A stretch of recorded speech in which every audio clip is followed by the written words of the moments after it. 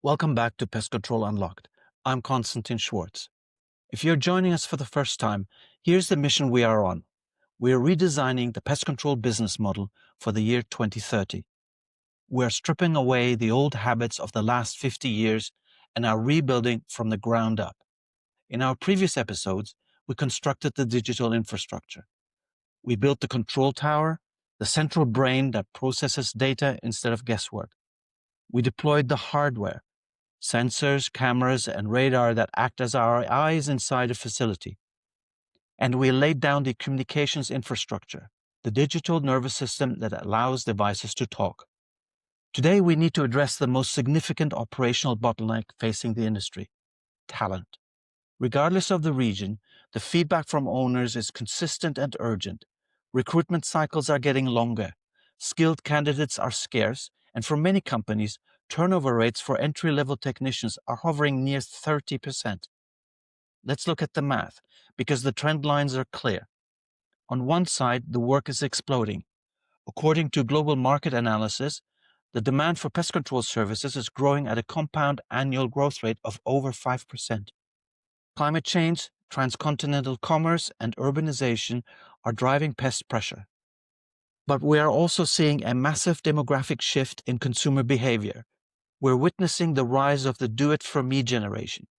Younger homeowners, millennials and Gen Z, are far less likely to visit a hardware store and handle problems themselves. They're accustomed to the service economy. They don't want to buy a mousetrap. They want to pay for a result. More treatments and more applications are performed than ever before in history. With the demand side established, what does the supply side look like? The workforce is shrinking. Data from labor bureaus and industry reports shows a widening gap. The gray wave of retirees is leaving the industry, and the number of new entrants is not keeping pace. We have a net decrease in skilled hands. This leaves us with a line going up for demand and a line going down for labor. When those two lines cross, the old model breaks.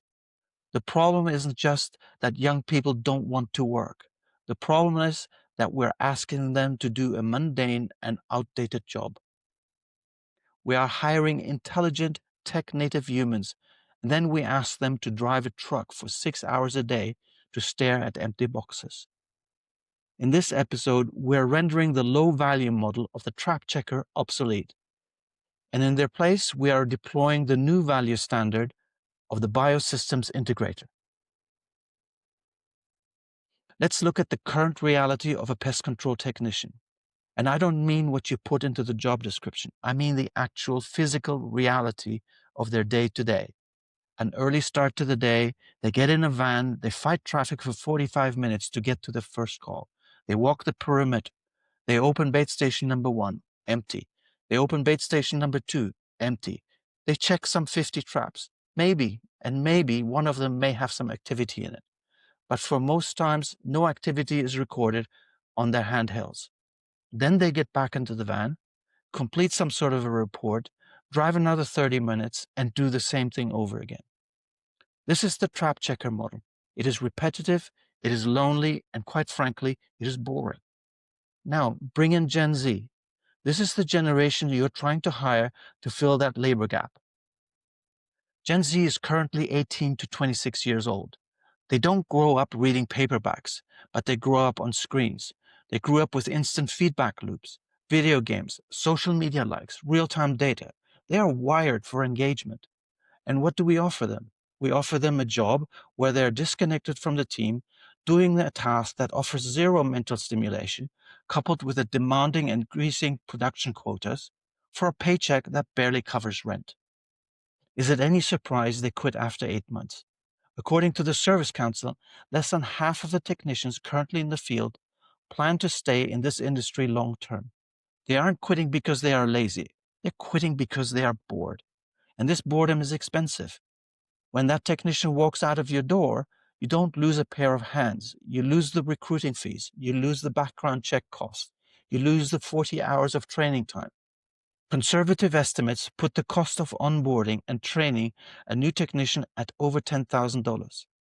If you have a 30% turnover, do the math. You're flushing net profit down the drain every single year just to stand still. Economically, this model is a disaster. Remember the statistic from episode 3. 30% of truck rolls result in no action needed. That means 30% of your technician's life is spent driving to a site just to verify that nothing happened. You're taking your most valuable asset, your human talent, and burning it on automated compliance. You're using a human as a sensor, and in 2030, this business model will not survive. If we want to solve the labor shortage, we don't need more people. We need to change the job. So meet the Biosystems Integrator. The technician of 2030 does not start their day by driving to a site to see if there are any pests. They start their day by opening the control tower to see where the pests are. Difference is subtle, but it changes everything. In the old model, the trap checker, 90% of the time was spent on discovery, walking, searching, opening, closing. In the new model, discovery is automated. The sensors, the cameras, and the AI have already done the searching. So when the Biosystems Integrator arrives at the facility, they are there for action. They walk in with a purpose. They don't check 100 traps. They walk directly to the loading dock door 3 because the system flagged the heat signature there at 2 a.m. Their job is not to remove the rat. Their job is to find out how it got in. They are looking for structural deficiencies. They are looking for sanitation gaps. They are validating operational processes like the receipt of goods to ensure pests are not being rolled in through the loading dock. They're looking for airflow patterns that might be attracting pests. They're looking for potential sources for food, water, and harborage. They are investigators. This shifts the skill set completely. We don't just need people who are good at carrying a ladder. We need people who are good at root cause analysis. We need people who can look at a data graph, see a spike in activity every Tuesday, and immediately correlate that pattern to a weekly garbage collection in order to adjust door seal protocols. That is value. Clients will not pay premium rates for you to check empty boxes, but they will pay premium rates for you to solve the operational problems that are threatening their audit scores. The trap checker is a commodity. The Biosystems Integrator is a consultant. And here's the beautiful part about this shift. It solves the boredom problem. You're no longer asking a smart young person to act like a robot. You're asking them to be a detective. Every site is a new puzzle. Every alert is a new clue. Engagement goes up, retention goes up. But if you send this person into a facility with just a flashlight and a clipboard, you have failed them. The pilot of 2030 needs a cockpit. They need tools that make the invisible visible. Let's talk about the digital twin now. Before our integrator even parks the truck, they pull up the facility on their tablet. They aren't looking at a list of traps. They're looking at a 3D heat map of the building.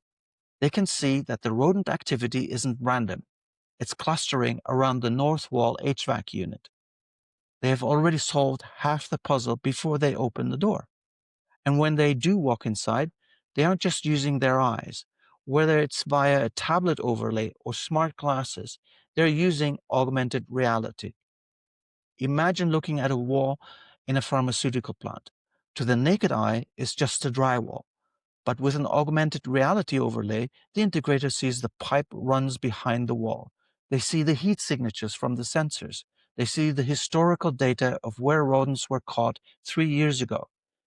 This capability turns a 22-year-old rookie into a 20-year veteran because they have institutional knowledge of the entire company projected right in front of them. And finally, we have to talk about gamification. Remember our Nintendo generation workforce? Why do they play video games for hours? Because they get immediate feedback. They level up, they spawn, they compete, they win. We need to bring those mechanics to the job. Instead of a route list, give them a mission board. Clear the infestation in Zone B. Identify the entry point in the loading dock. Give them points for root cause discovery, not just trap checking. Create a leaderboard. Let them compete. When you turn the job into a game where skills are rewarded, you stop the churn. You make the work more rewarding, even addictive. Now, let's address the inevitable financial objection. On the surface, investing in advanced hardware and significantly increasing salaries looks like a budget breaker, especially when margins are already thin and tight. But let me give you the new economic reality. This model is actually cheaper. Here's the math. In the old model, you have an army of infantry. You have 50 technicians. They are low wage, low skill, and high churn. They drive around checking empty traps. You need 50 of because the inefficiency of the route is so high. You're paying for wasted windshield time and wasted movement. In the model of 2030, you have a special forces unit. Because the control tower and the hardware have eliminated the empty checks, the workload drops by 40%. So you have a choice. You can run with 30 technicians and instantly increase your profitability. Or, and this is where the growth happens, you keep your 50 technicians and you deploy that extra 40% capacity to generate new sales. Because you have eliminated the busy work, you now have the labor capacity to take on 40% more clients without hiring a single new person. You stop scaling your headcount and you start scaling your revenue.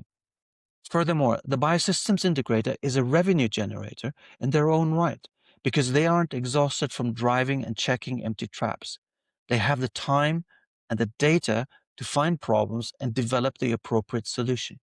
When they find a structural gap, they sell exclusion work.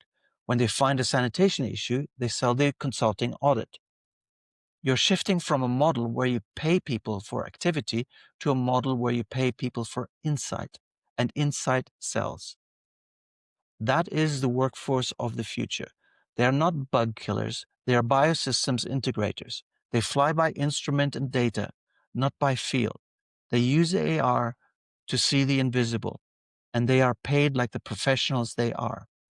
We have built the system, we've built the hardware, we have trained the pilot. But now we have to answer the million-dollar question. Will the market actually pay for this?